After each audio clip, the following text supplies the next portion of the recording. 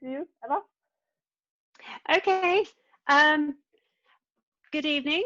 Welcome everyone to this very first Alumni Get ToGather event for Stockholm International School. It's lovely to see so many people here, so many former students of the school. My name is Emma Jones and I am Advancement Director at the school. That means that I look after our external relations as well as our communications, our student recruitment, our fundraising initiatives, our PR, and last but not least, our alumni efforts. And most of you will have at least virtually now met Ilhem Barucha, who works in my team, and she is specifically responsible for developing our alumni program. So we're very excited to see you all here, help us kickstart this in a good fashion. You will have received some instructions earlier today about the link to the Slido app that we use. We use that so you can submit your questions as the interview and the presentation later on progresses. One thing that I will ask you, we've used this once before, and you don't have to put down your real name if you don't want to, but there is an option when you post a question to put a name in. If you don't, it just comes up as anonymous. And it's nice to at least put in a nickname or something, because that means that I can keep an eye on how many, if some people ask very many questions, that maybe someone else gets a chance to ask a question. And if everyone is called anonymous, I can't really do that. So thank you very much for that. And obviously we all know by now Zoom etiquette. Keep your sound switched off or muted whilst you're in the meeting. Now, what I would like to start with is to, sorry, this happens in Zoom meetings. Darling, you have to go. This happens when you work from home. So, first of all, what we're going to do this evening, well, things like that happen. Sorry, that was my daughter Isabel, who absolutely had to tell me something right this moment. What we're going to start with is hear from our director, Marisa Leon. She has been with the school since 2018, so is now about to complete her second academic year at the school. She will talk about the school today and our priorities. And after that, we will move into the interview with our key guest today, our alumnus, Dr. Marcus Skribek. And my colleague, Jonathan Foster, who is our communications officer, will interview him. After that, we will have a Q&A session that I will attempt to moderate, hopefully without any child interruptions. And then I'm told that we're going to be breaking out into little breakout rooms where we can mingle before we all come back and say goodbye and see you again soon. So without further ado, I'd like to pass you over to our director, Maria Isabel Leon. Thank you, Emma. Thank you so much. I'm very excited that this is our first big event. It happens to know as we are in the world today, many virtual events, but it's great seeing many faces, and it's a great opportunity for you guys to get to know me a little better and know what we're doing at the school today and how the school looks today. So we're sharing a little presentation here and to make it fun and interesting for you. As Emma said, this is my second year at SIS. So we can go with the first slide. Before we start, a little bit about me. I've been in education, God, for about 30 years. I've been a preschool teacher, primary teacher, middle school teacher, MYP teacher, and finally high school teacher, then a high school principal, and ultimately a head of school. I came from Austin, Texas, where I was the founding head of an international school there called the Magellan International School, which is an Spanish immersion school with Mandarin as a third language. And I was there for 9 years. So it's been phenomenal to be in Stockholm. I've loved it. I've really enjoyed my time here. And we've done a lot in the last 2 years. So here's a little bit of a brief. This is where we are today. Today at a glance, you can see students, nationalities, and staff.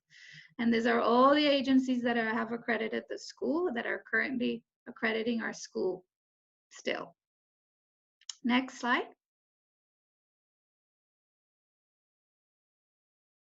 So a little bit of a difference between in your day, how the school was divided. It was smaller, now the school is bigger. And so we have 3 sections of the school: primary, middle school, and upper school. The primary has the little ones from early years 3 to 5th grade. Middle school is 6th to 9th grade. And our upper school, we sort of follow the Swedish model in this case, 10th to 12th grade. So we have the 10th graders in the MYP, and of course the DP students in 11th and 12th. And those are the principals. Next slide. So a little bit on the campus improvements of what we did this in the last 2 years. We have a completely new playground for the preschool. I don't know if you remember the old playground in the main building really needed some renovation. So these are images of that. And this spring, we took the opportunity of redoing the whole mural. Some of you maybe were here when that mural was first painted, but it was in very poor condition. So we used the time while we were away in remote learning, distance learning, to get the mural redone. Next slide.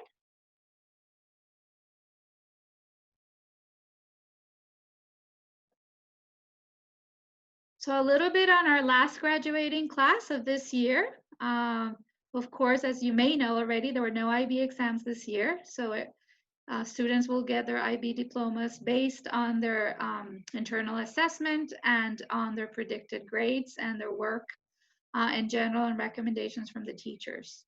And we had a very interesting graduation where we did utspring at a different day in small groups. So they did get to run out of the building, but not like you guys did it.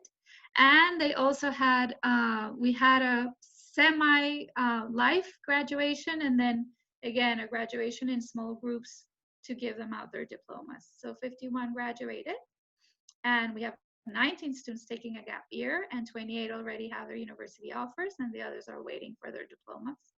And those are some of the universities that are representative of this year's graduating class.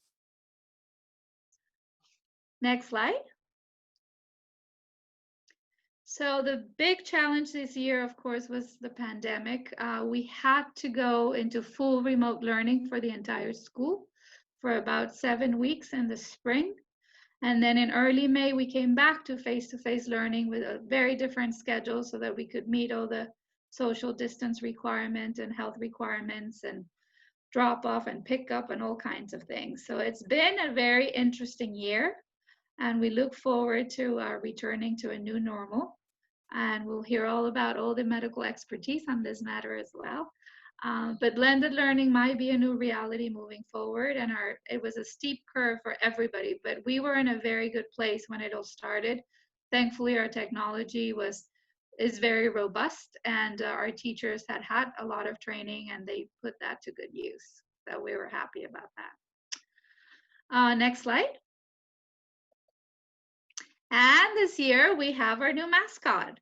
So this is the SIS Owl. We're very excited. We launched it literally last week on Friday.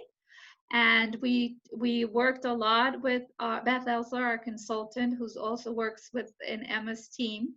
We wanted a more modern, forward-thinking slogan and mascot for our school and actually the whole visual identity, but also keeping values such as wisdom and learning and curiosity. And so that's our new mascot.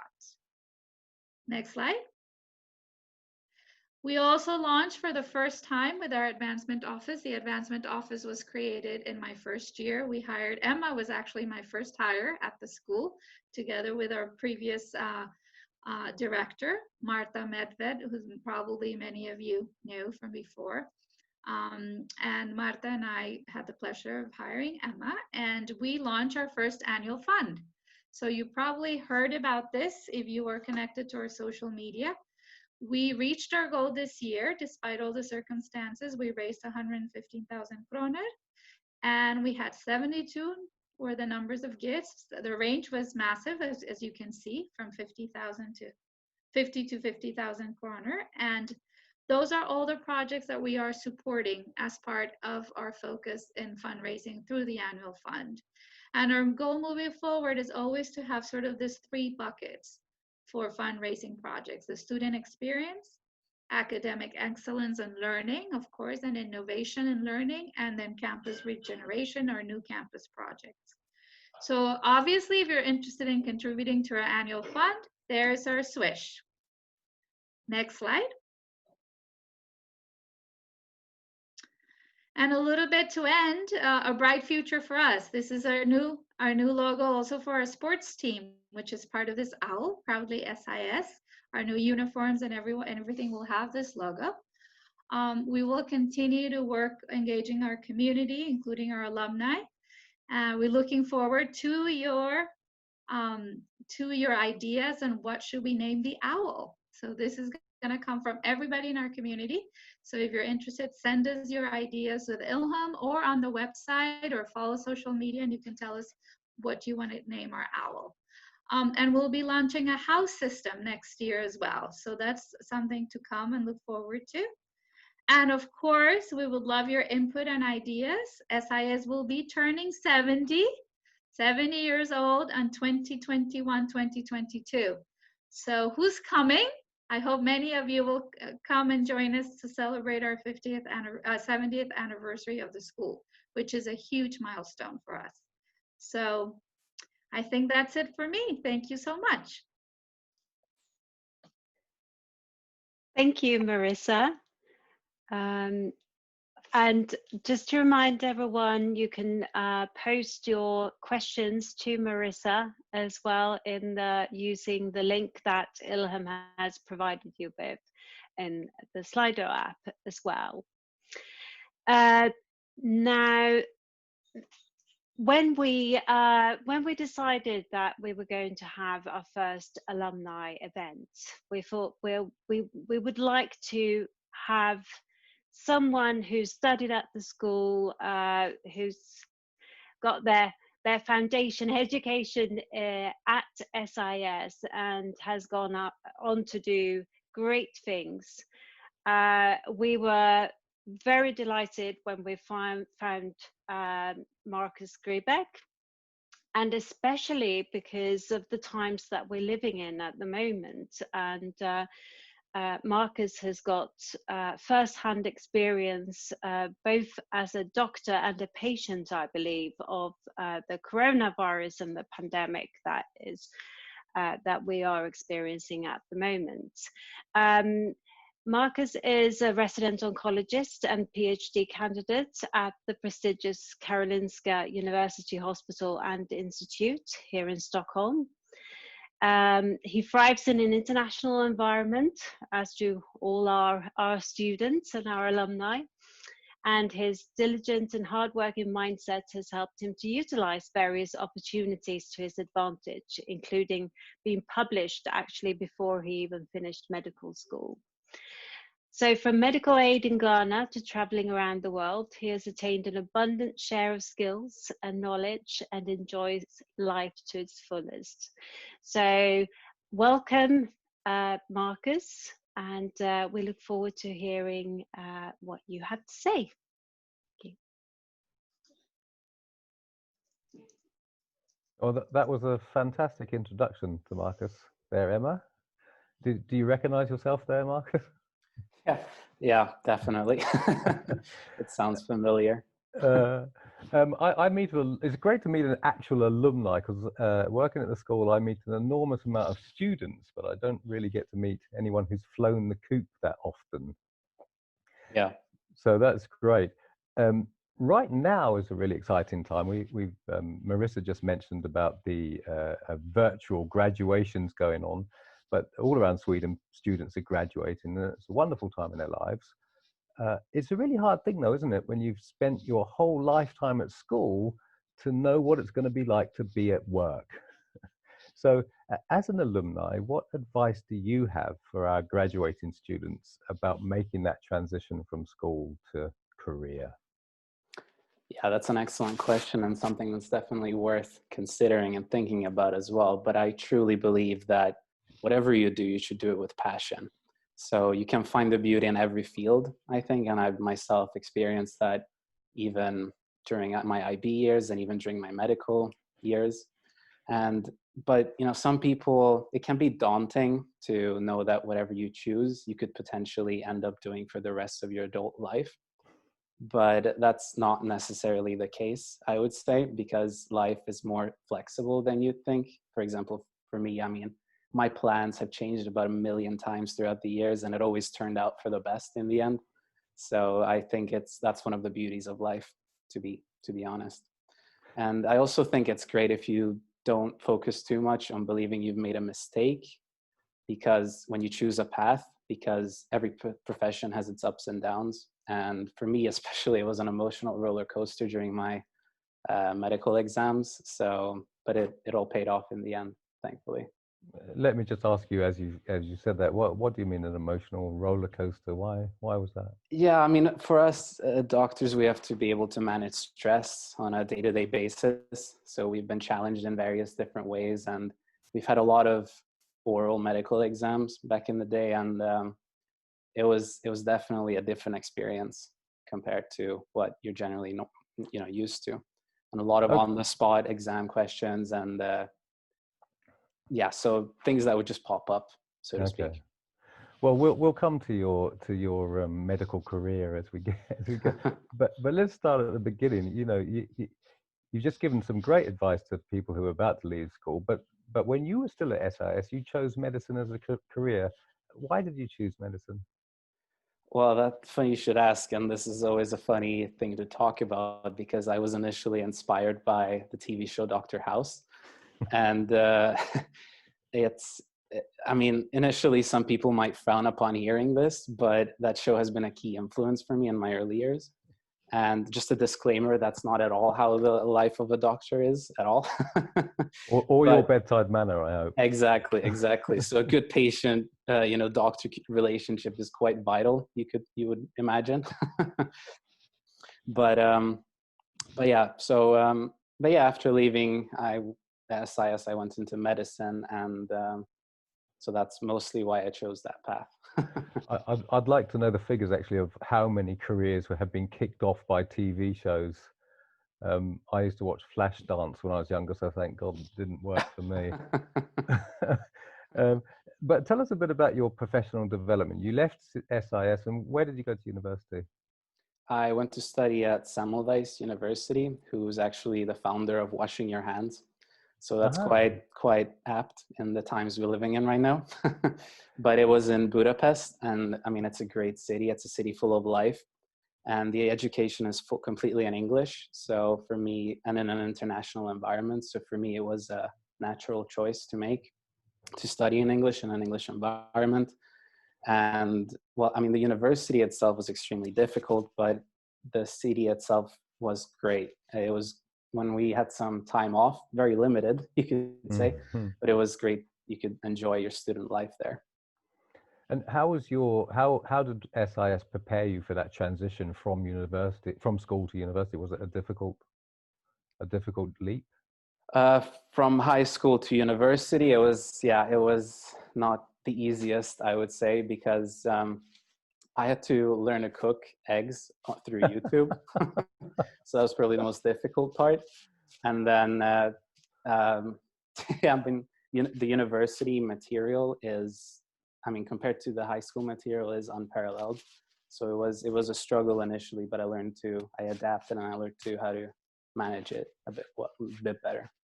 I might come back to this later, but I assume the International Baccalaureate, where you had a lot of self-standing learning and so forth, that must have been something of a help though, right? Absolutely, absolutely. And I mean, the self-driven learning was especially important later on, because for us as medical professionals, we have to constantly read new articles and be up to date, and then we have to go back to previous material that we've learned. Okay. So it's extremely important, and I'm very happy that I went through the MYP and the IB back then, because I learned this self-driven learning, and it was very important for me as well. And I still utilize that skill, so to speak, today. Emma just told us that you're the resident oncologist at Karolinska University Hospital. Yeah. Working within the field of cancer would be perceived as a harsh experience in some ways. Yeah. How do you cope personally with that challenge of managing these patients? You mean? Yes, exactly. I mean, we were talking earlier, just before this interview started, about the relationship that you build with individual patients, and then often they are in terminal position or terminal situations. So how do you cope with that? Right. Well, I found my own sort of way to manage that, and it's not very easy for sure. So it requires a lot of, I mean, you have to be mentally and emotionally strong, which is something that you constantly develop and you refine. And I mean, I personally cope with stress by exercising a lot. I mean, even back in IB, when I was stressed all the time, I found peace in playing water polo. And I was in the national team. We got to travel a lot, so it opened a great deal of opportunities there as well. But even now, I still do a lot of things. I hate running. I've always hated running, but last year I decided to do the half marathon, which is a huge milestone for me.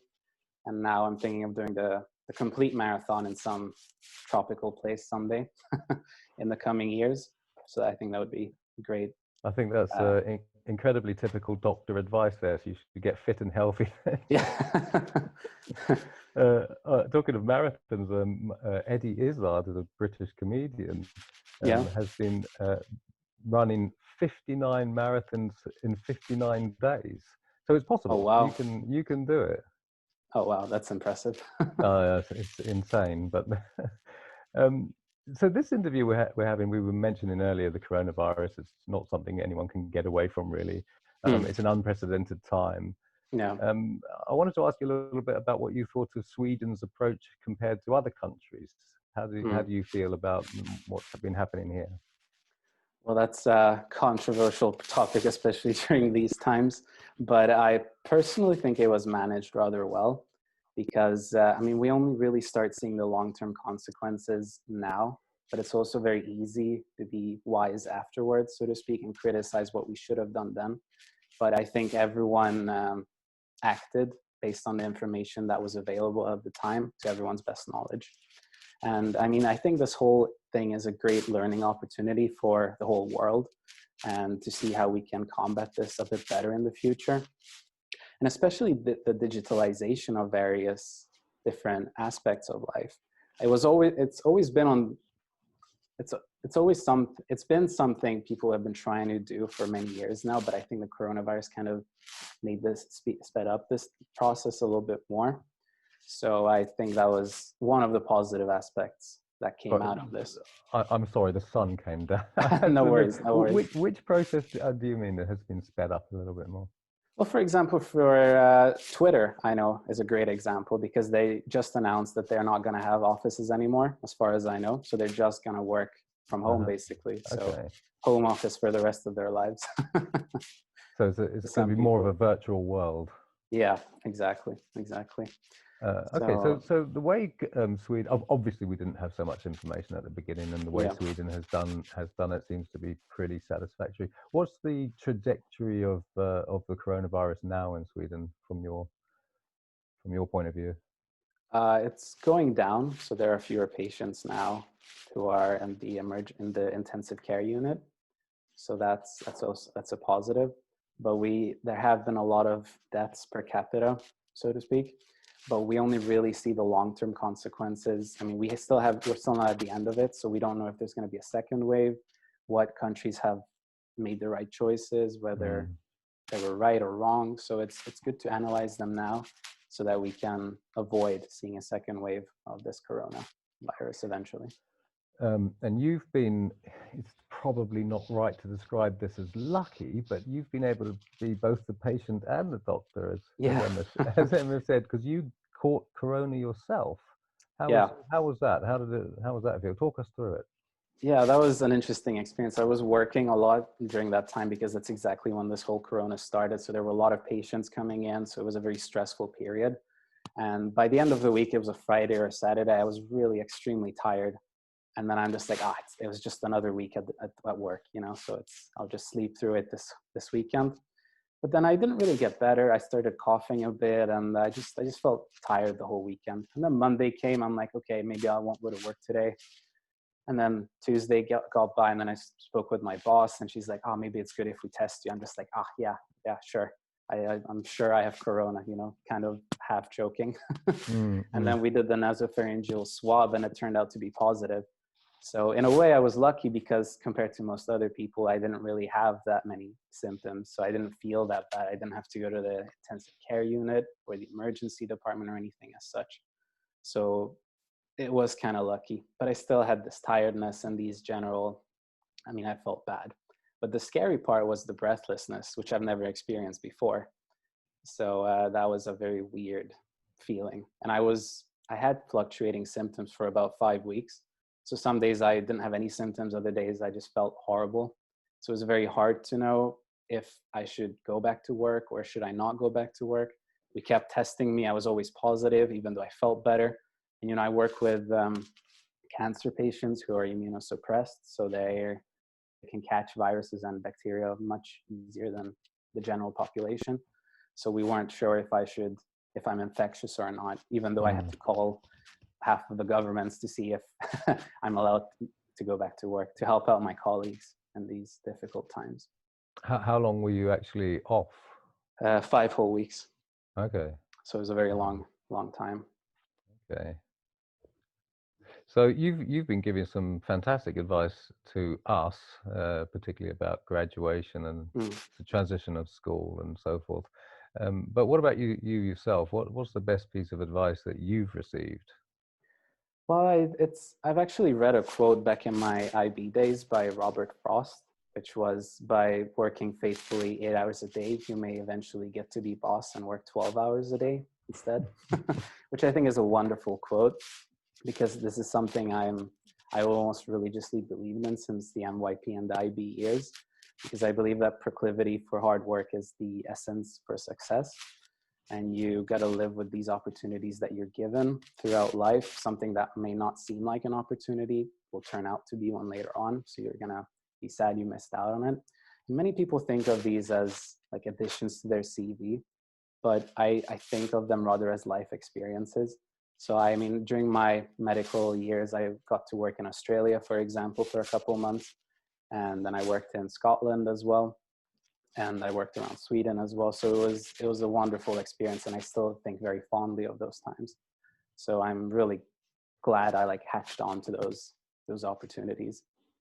And there's this very cliche quote as well saying, follow your dreams. But, like Jocko Willink, who's a very interesting person, internet personality, he says, follow your dreams, but you got to put in the work to actually achieve that as well, which I think is very accurate and is a detail people often miss. Cliches are very common, but they do have this kernel of truth always, don't they? Yeah, exactly. What a nice positive philosophy as well to be. It seems you're saying to be kinder to yourself. Don't be harsh on yourself at problems or things that happen. Exactly. Move on. Exactly. Yeah. Fantastic. But Marcus, you're Swedish, and you went to a very international school. Yeah. Was it unusual for you to be a Swede in Stockholm, surrounded by such an international flavor? Well, not really, because I've been in international schools basically my whole life. So for me, it's a very natural environment. So, and I think Sweden in general, or Stockholm in general, is great for that, as it is the capital of Scandinavia, and there are many opportunities even outside of school that you can take advantage of, which you won't see in every other city around the world, because there are like world-renowned keynote speakers that come here, and stand-up comedians who are fun to listen to. And especially the fact that you're an English speaker is very valued as well, not just in Stockholm, but around the world, because achieving that higher level is always going to be appreciated. And I mean, Stockholm isn't just great for science, as it has been for me in the field of oncology, because everything is mostly in English, and it's a collaboration from around the world. So you got to communicate with colleagues from around the world. But I think it's also great for in terms of technology and economics and many other fields, for sure. I found when I first turned up in Sweden, I was really surprised that an enormous amount of people spoke English better than I did. So Yeah. I agree with you about the importance and the brilliance of it. So when did you actually graduate from Stockholm International School? Yeah, it's funny you asked. When we spoke last week and you asked me this question, I said, not long ago, it was 2012. And now that I think back, it's been 8 years, which is crazy when you think about it. And now that Marissa showed all these great, wonderful pictures of how it's developed, and I got to speak with my former teacher, Christina Öhman, it was great to catch up a bit and see how things have developed. So I'd love to come by when this Corona has finally ended and see what a big school it's become since then. I was going to ask you what was your memories of SIS, but 8 years, it isn't that long. No, I know it feels like it was yesterday, to be totally honest with you. But I think just generally the calm environment was great, and especially during the stressful IB years, because I mean, the opportunity to do things outside of school was also amazing, I think, because I was part of several clubs and societies back then, as you could call it, like the environmental committee and the film club, or even the student council. So for me, who likes to do different things in life, I think it was a great opportunity for me in general. And I think it's great for many other students as well. Well, it's obviously been a fantastic platform for you to head off into life and do so very well for yourself, and to help so many people where you are. So thank you so much for talking to me. And I would like to not just take all this opportunity to ask all the questions, but open the floor out to everybody else there who can ask some questions themselves. Thanks, Marcus. It's been brilliant talking to you. Thank you. Thank you for the great questions, and thank you for having me here today. Thank you so much, Marcus, and thank you, Jonathan. We have, I think everyone has just been so mesmerized by your story and your answers, so they have not been typing away questions in the app. I suggest that we take perhaps half a minute and just everyone practice their typing skills, and in the chat just put in where you're watching us from today, so we can see. I know that we've got someone with us from San Francisco. I've seen that in the questions, but if you could just type in where you are today in the chat, and we can see that. Wow, we've got New Jersey, we've got Helsinki, and Washington DC as well. And welcome from Italy and France, Seattle, Madrid, Geneva. This is wonderful. I was going to say it's like the Eurovision, but we've expanded beyond that. Belgium, and Brenda, you're in Pretoria watching us. Welcome. Bratislava. This is indeed amazing. And someone saying in the slide map, watching you from Brussels as well. And someone is in Berlin.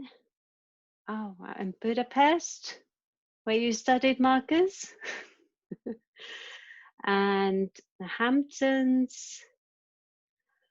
Oh, fantastic. It's nice to see how the alumni community is truly reflected the school's international outlook is truly reflected in our alumni community as well.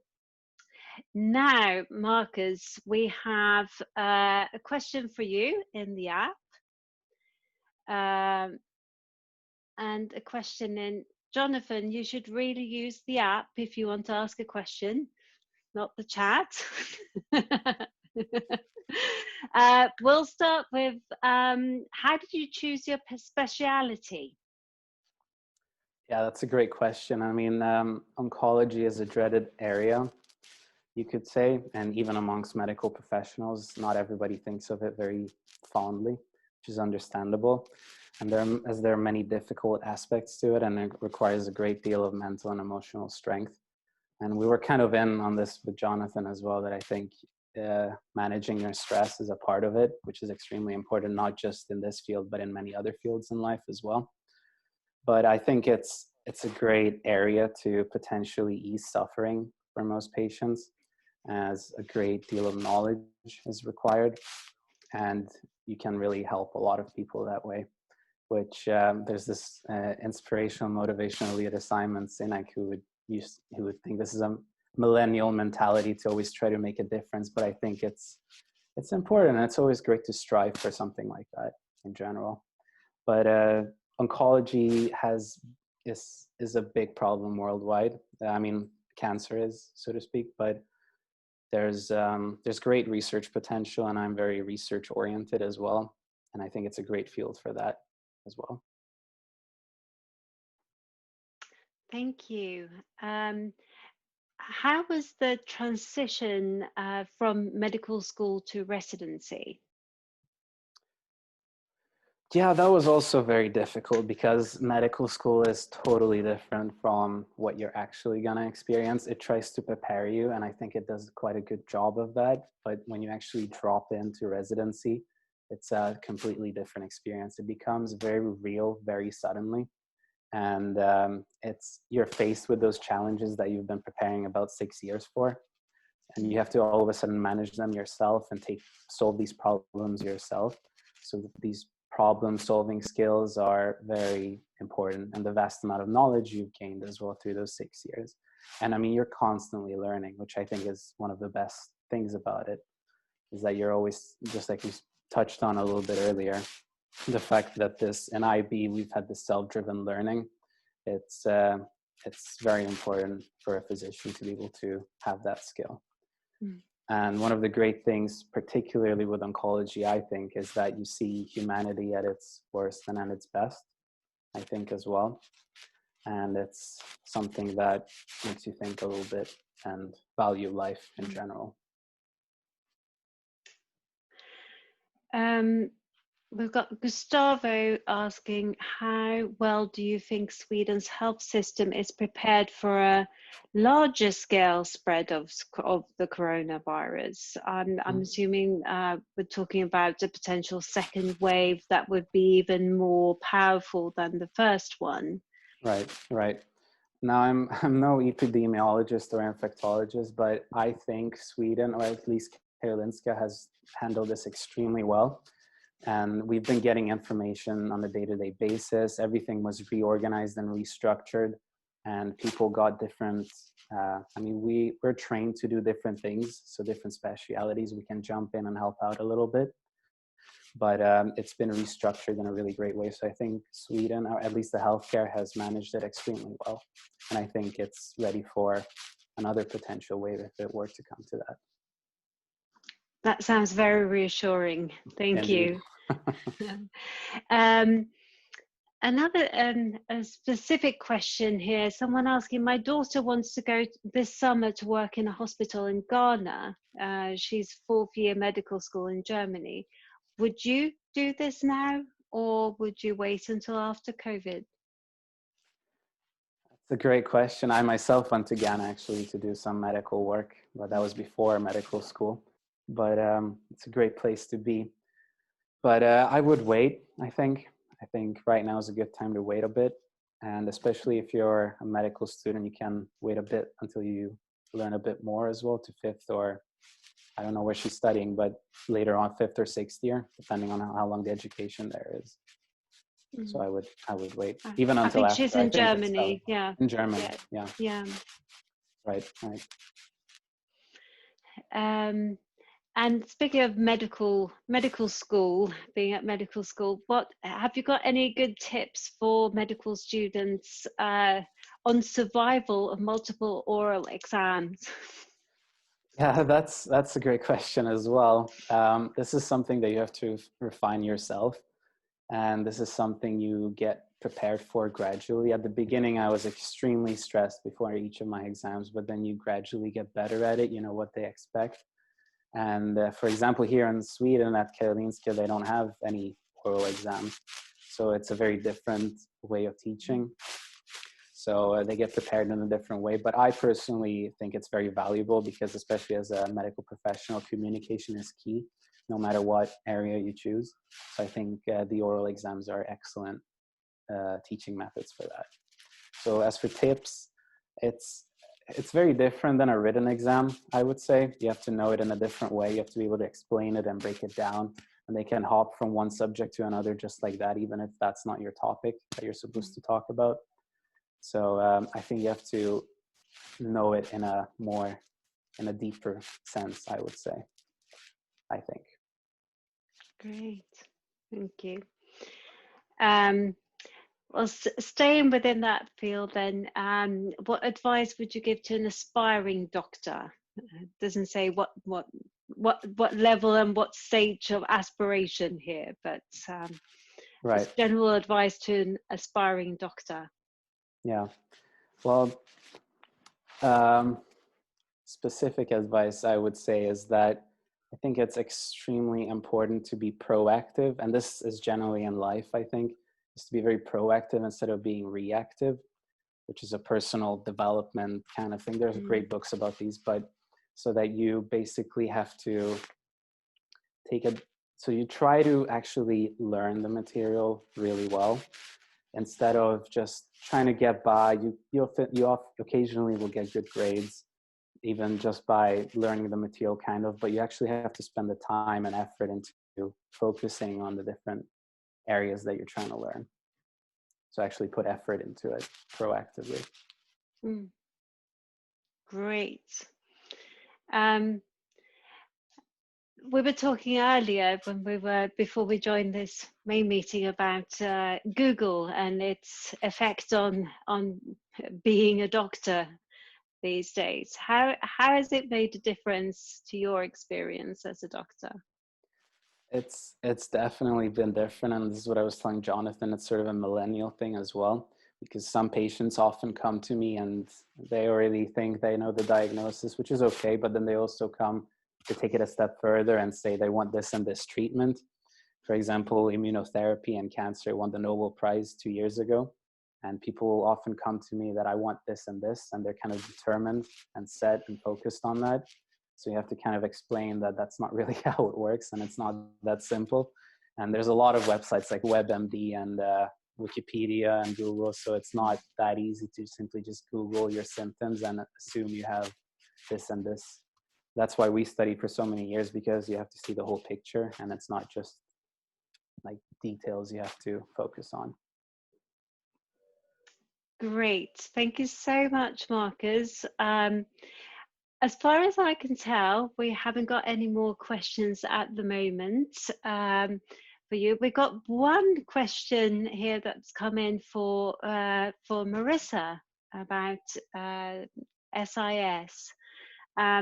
Is the school still planning to move to another location?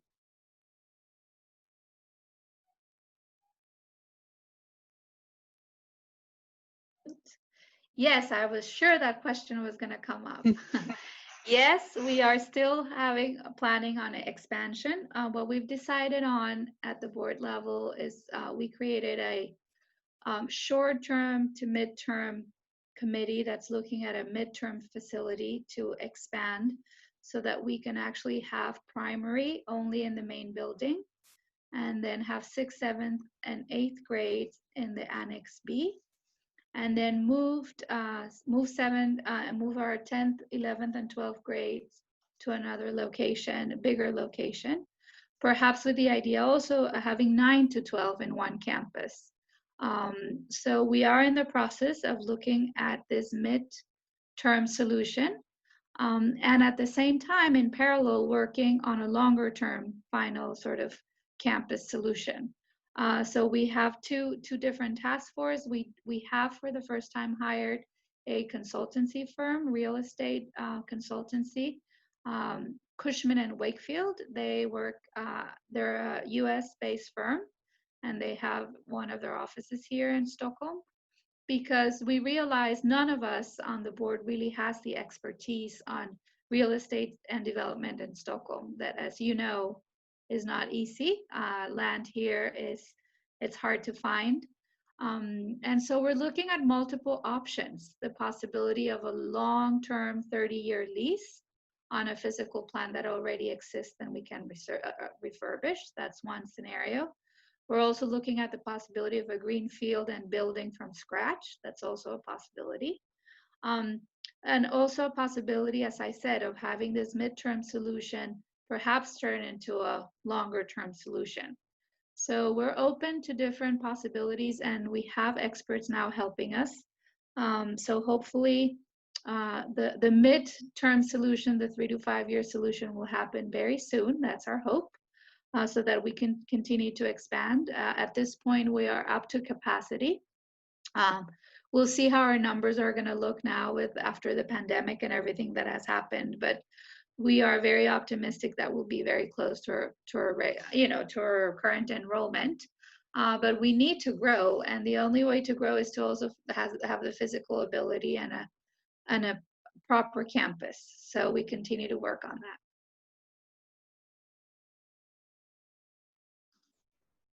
That's great, thank you. And on that topic, someone has said that this has been in the pipeline for a long time, obviously, and we know that. And when both you and I joined SIS, we were at the tail end of negotiations for a potential future campus that did not materialize in the end. I think that's probably what people have heard about, but the commitment is definitely, like you say, still there to have something happen fairly soon, to expand the upper school at least. So now it's time to do a little experiment. We will have 5 minutes. I think Ilham is nodding, yes, about 5 minutes where you will be invited to go into a breakout room, because there's a big group of us, and we thought it would be nice to be able to chat in a smaller group. Once you've joined that, feel free to chat to people there, and then you will be invited back into the main room, and we'll close the event here. So thanks again, Marcus, and thanks, Marissa, for this part of the event. And Ilham, did you want to say anything? Yeah, I just wanted to clarify. We're going to do 5 minute sessions, but then we're going to change groups. So it's not just 1 5 minutes. So we're going to change groups for a while, so people get to mingle with as many people as possible. So you're going to be finding yourself tossed away back and forth into different groups. So don't be scared. It's supposed to be that way. And I'm always available on the chat. If you want to send me a message, if you want to change a group, or if you have any questions, just send a chat message and I will receive it and I will help you out. So I got my snacks. Thank you. I hope you all got the snacks and drinks and are ready. Thank you. Okay. Shall I close this first SIS alumni event then? Well, I've just got to share what happened in a breakout room. I just was so delighted to be in, because this is what alumni networking is all about. It's about finding old friends that you haven't seen for a long time. And we had we had 2 former students at the school realizing that they were on the same call and now exchanging contact details, Instagram accounts, and the like. And that alone has really made my day and my evening, I must say.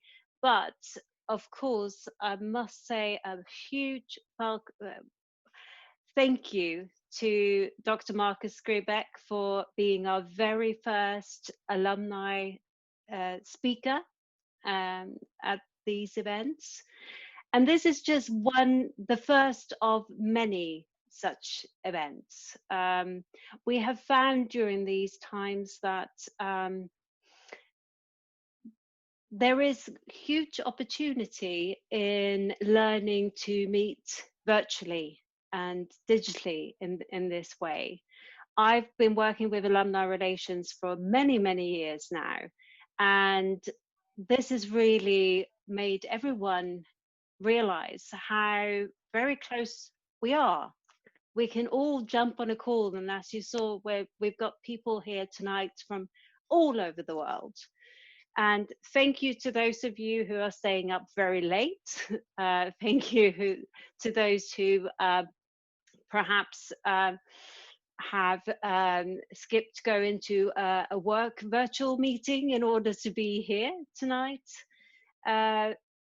We hope that this will be the kickstart of a really strong and fast-growing, dynamic alumni community for Stockholm International School.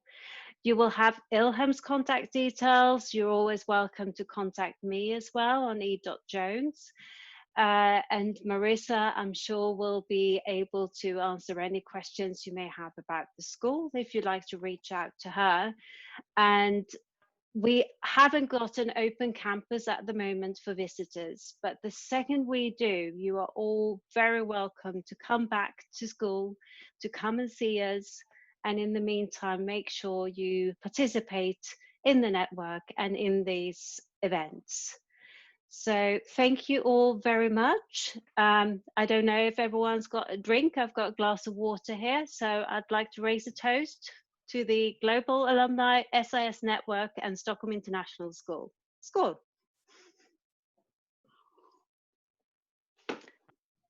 Thank you. Hope to see you soon.